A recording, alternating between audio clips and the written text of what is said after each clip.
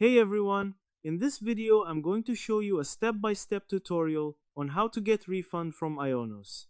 Getting a refund from IONOS isn't just about clicking cancel. You need to understand how their contracts and billing cycles work. Otherwise you might cancel and still get charged. Refunds on IONOS depend on timing. Many plans have a money-back guarantee period, which is usually within 30 days. After that, you may not be eligible for a refund, only cancellation. So act quickly if you just purchased. First, go to your account and sign in. You'll land on your main dashboard. Then tap your account profile icon.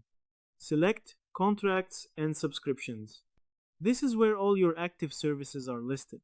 Click on the contract service you want a refund for. What you'll see: plan details, billing cycle, and renewal info. Then tap Cancel Contract. What happens next? You'll go through a cancellation flow. Follow prompts and confirm. What happens after cancellation? Cancellation is what triggers the refund process, not the refund itself. If within refund window, the refund is processed. If outside window, the service just stops at end of billing, where refund goes back to your original payment method and may take several days. When to contact support?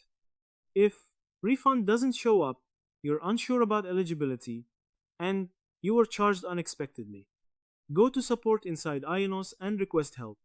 To summarize, getting a refund from IONOS involves logging in, navigating to contracts and subscriptions, selecting the service, canceling the contract, and ensuring you're within the refund period so the refund is processed. The key factor is timing, and that's how to get a refund from IONOS. It's simple on the surface, but if you miss the refund window, you lose your chance. So don't wait, check your eligibility and act quickly. So that's how you do it. I hope you guys liked this video. Subscribe for more, like for more, and share for more. I hope to see you again. Goodbye.